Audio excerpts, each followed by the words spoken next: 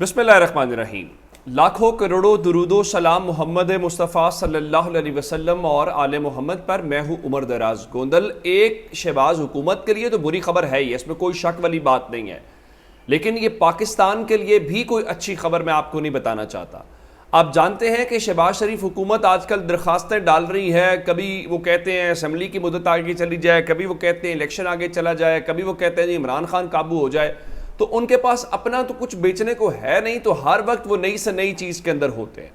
अब एक आखिरी जो इनकी उम्मीद थी वो भी फिलहाल ख़त्म होती हुई दिखाई दे रही है, और अंदाज़ा इस बात से करें कि अब पाकिस्तान के अंदर मौजूदा हुकूमत ने इंटरनेशनल लेवल के ऊपर पाकिस्तान का मजाक बनवा दिया। अब आप कहेंगे कैसे? अब अंदाज़ा इस बात से करें कि सारी दुनिया को पता है कि पाकिस्तान को साल 2023 को इलेक्शन में जाना है, और ये इलेक्शन ईयर है। असम्बली का टेन्योर पूरा हो चुका है, अवाम को हक़ राय दही इस्तेमाल करना है। अगर नहीं पता, अब यहाँ की हुकूमत को नहीं पता, यहाँ के इलेक्शन कमीशन को नहीं पता, तो इस मुल्क के जो पावरफुल क्वार्टर्स हैं, जो इस मुल्क के असल फैसला साज हैं, जो फैसला करते हैं, शायद उनका कोई टेक इसके ऊपर नहीं आ रहा। अब अंदाज़ा इस बात से करें, जो इंटरनेशनल आवाज़ों वाली बात है कि आज आप पाकिस्तान के अंदर अगर गूगल खोलेंगे, तो गूगल खोलने के ऊपर आप जाएंगे तो डूडल जो वहां पे बना होता है, जहां पे गूगल लिखा होता है बड़ा सा, वहां पे इस वक्त जो तस्वीर बनाई गई है वो ज़ाहिरन तो इस बात की है कि इलेक्शन ईयर है, तो उन्होंने वो बैलेट बॉक्स और पाकिस्तान का झंडा बना के ही बताया है। लेकिन बुनियादी तौर पर यह चपेड़ है इस हुकूमत के मुंह के ऊपर कि आप, अब सबको पता है इलेक्शन होना है और पूरी दुनिया आपका मजाक उड़ा रही है और आपकी छेड़ बन गई है इलेक्शन, लेकिन आप इलेक्शन की तरफ नहीं जा रहे। उसकी वजूहात क्या हैं, ये भी बड़ा दिलचस्प मामला है कि आखिर कब तक आप खैर मनाएंगे, कब तक इससे भागेंगे, तो क्या आपके मसले हल हो जाएंगे? अब पहली ज़रा लेटेस्ट डेवलपमेंट इसके ऊपर सुन लीजिए। आप जानते हैं कि बजट तैयार हो चुका है पाकिस्तान का, कौमी असम्बली से पास होना है, और 1 जुलाई से पाकिस्तान का नया फाइनेंशियल ईयर शुरू होगा, और इसी दौरान पाकिस्तान के पास 2 हफ्ते हैं IMF का बेल आउट प्रोग्राम जो है हासिल करने के हवाले से। और बेल आउट प्रोग्राम कितना ज़रूरी है, इसके लिए कल ब्लूमबर्ग वाली रिपोर्ट पढ़ना बहुत ज़रूरी था, जिसमें उन्होंने कहा कि अगर आप ना गए तो डिफ़ॉल्ट करने का बहुत ज़्यादा इम्कान है, क्योंकि आपके पास ऐसा फॉरेन रिजर्व्स है नहीं है। आपकी रेमिटेंसेस जो आपके पाकिस्तानी भेजते हैं उसके अंदर $3-4 अरब डॉलर की कमी हमने देखी है।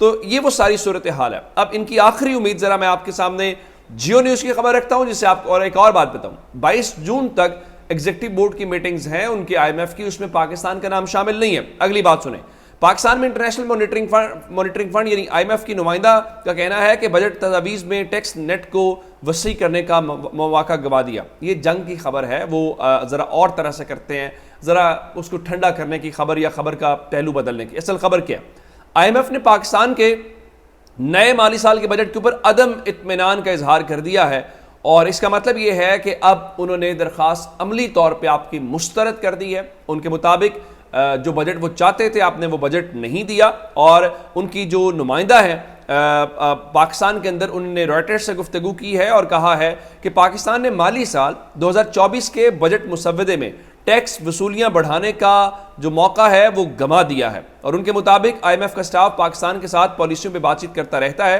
ताकि इस्तेहकाम को बरकरार रखा जा सके। ताहम बजट 2024 के मुसव्वदे में टैक्स वसूलियां बढ़ाने का मौका गंवा दिया है।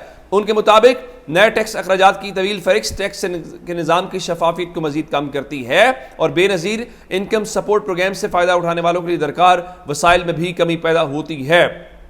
अब उनके मुताबिक तवानाई के शोबे के हवाले से उन्होंने मिसालें दी हैं, और ये कोई अच्छा इंडिकेटर पाकिस्तान के लिए आने वाले चंद दिनों के अंदर आपको नज़र नहीं आ रहा। इसका मतलब ये है कि हमारे लिए प्रॉब्लम्स बढ़ रही हैं, और सबको पता है इलेक्शन ईयर है, और ऐसे में जब दुनिया आपके ऊपर एतबार करने को तैयार नहीं है तो आप क्या कर रहे हैं? आप शहरियार आफरीदी के भाई के इंतकाल के ऊपर उसको जनाजे में शिरकत का मौका नहीं देते। आप क्या कर रहे हैं?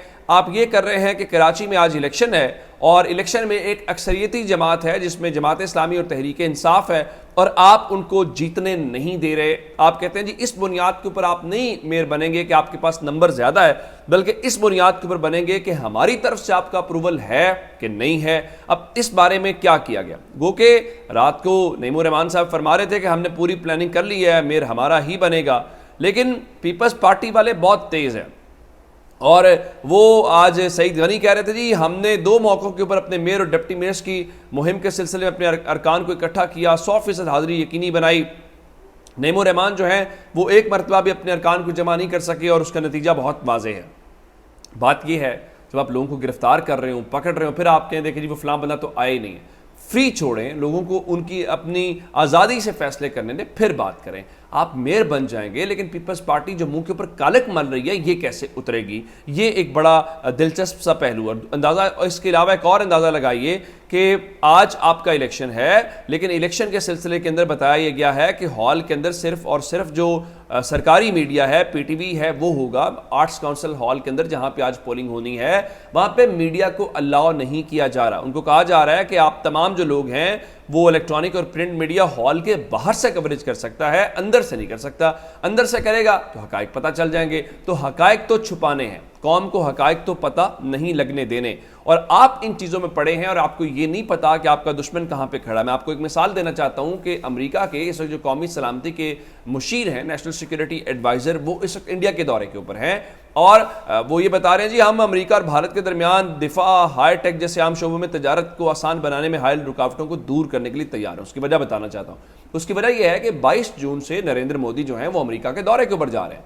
आप अंदाजा करें कि आपका दुश्मन क्या कर रहा है, वो विजिट कहां पे कर रहा है। आप मोदी के पिछले 5 विजिट्स निकाल लीजिए या इसको भी शामिल कर लें, वो किन ममालिक के हैं, उनकी एक्टिविटीज देखिए। ऑस्ट्रेलिया वो गए हैं, अब वो अमेरिका जा रहा है और आप कहां पे जा रहे हैं? आपका प्राइम मिनिस्टर इस वक्त आज़रबाईजान के दौरे के ऊपर है। मैं ये नहीं कह रहा किसी दौरे के खिलाफ है, बताना ये चाहता हूं हमारी तरजीहात क्या है, हम खड़े कहां। जब आपकी जेब में पैसा नहीं होता, पल्ले नहीं तेला कर दिए मेला मेला वाली बात है, तो फिर आप ये अपनी सीवीज अपडेट जरूर करें, आपकी टूर्स जरूर करें, लेकिन उसका कोई पाकिस्तान को फिलहाल हमें फ़ायदा होता हुआ दिखाई नहीं दे रहा। और फिर आपने बहुत ज़्यादा मोहरे जो हैं वो जमा किए, अब वो मोहरे भी खिसकना शुरू हो गए हैं। गो के रात को जहांगीर खान तरीन ने एक ट्वीट किया और उन्होंने बताया कि डॉक्टर फिरदौस आशिक अवान को पार्टी के नए सेंट्रल स्पोक्स पर्सन के तौर के ऊपर central secretary information Istehkam Pakistan party उनको लगा दिया गया है। बिल्कुल ठीक है, डॉक्टर फिरदौस आशिक अवान से बेहतर आपकी तर्जुमानी कर भी कोई नहीं सकता, ये बहुत अच्छी बात है।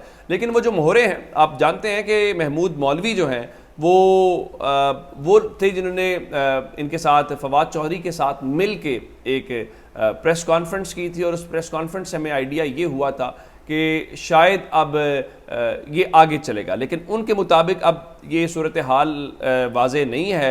और महमूद मौलवी भी कह चुके हैं कि जनाब मैं इस्तेहकाम पाकिस्तान पार्टी के अंदर शरीक नहीं हुआ। तो उनके मुताबिक फवाद चौधरी, अली जैदी और इमरान इस्माइल का मामला भी अभी क्लियर नहीं है। और उनका जी तकरीब में बहुत सारे लोग मौजूद थे, लेकिन बहुत सारे लोगों का मौजूद होने का मतलब ये नहीं है कि आपने पार्टी ज्वाइन कर ली है। इससे आपको अंदाज़ा हो पा रहा होगा कि ये लोग इस वक्त अपने आप को क्लियर क्यों नहीं कर पा रहे। उसकी वजह अवाम का रिएक्शन है, अवाम का रद्द अमल है। आप पाबंदियां लगा के तो चीज़ें कर सकते हैं, लेकिन आप इमरान खान को मौका देंगे तो फिर आपको सूरत हाल का अंदाज़ा होगा कि चीज़ें कहाँ के ऊपर खड़ी हैं। और इमरान खान ने रात को खिताब के अंदर फिर कहा है कि अभी भी वक्त है, फिर किसी से चीज़ें संभाली नहीं जाएंगी, ये मुल्क है जाहिर है, तो फिर हम करेंगे क्या। उनके मुताबिक पाकिस्तान के हालात जो हैं फिर कंट्रोल से बाहर हो जाएंगे। और फिर उन्होंने कहा कि वो इस्टेब्लिशमेंट और आर्मी चीफ से सिर्फ बात करना चाहते हैं। उसकी वजूहात ये है कि ये जो पीडीएम सरकार है उनके हाथ में कुछ नहीं है। सो बात उनसे की जाए जो इस मुल्क के असल हुक्मरान हैं, जिनके पास असल चीज़ें हैं। बाकी का कोई फ़ायदा नहीं है, बाकी सिर्फ और सिर्फ मजाक है और वो ज़ाहिरन बैठे हुए हैं और मेरा नहीं ख्याल कि कोई वो इम्पैक्ट डाल सकते हैं या उससे कोई चीज़ें हो सकती हैं। तो इमरान खान ने इस बात के ऊपर दोहराया है। ये आप शायद थ्योरेटिकली बात तो कहें गलत है, लेकिन प्रैक्टिकली हकीकत तो यही है और इस हकीकत को डिनाई नहीं किया जा सकता। अपना बहुत सारा ख्याल रखिएगा। खुदा हाफिज़।